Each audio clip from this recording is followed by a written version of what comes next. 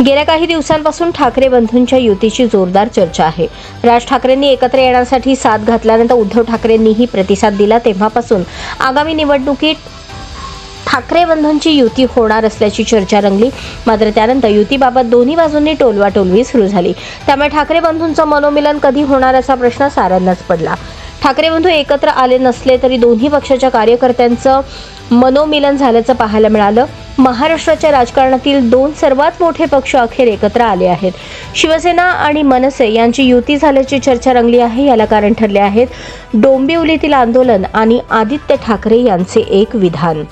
शिवसेना उद्धव बाळासाहेब ठाकरे पक्षाचे नेते आदित्य ठाकरे मनसेशी युती करण्यासाठी अनुकूल आहेत। महाराष्ट्र हितासाठी कोणी सोबत येत असेल तर स्वागत असल्याचं ठाकरेंनी सांगितलं। डोंबिवलीत पलावा पुलासाठी मनसेसोबत शिवसेना उबाठाच्या नेत्यांनी आंदोलन केलं। हे आंदोलन त्याचाच एक भाग असल्याचं आदित्य ठाकरेंनी सांगितलं। आदित्य ठाकरेंनी मनसेसोबत युतीच्या दृष्टीने एक पाऊल पुढे टाकल्याचं सांगण्यात आले।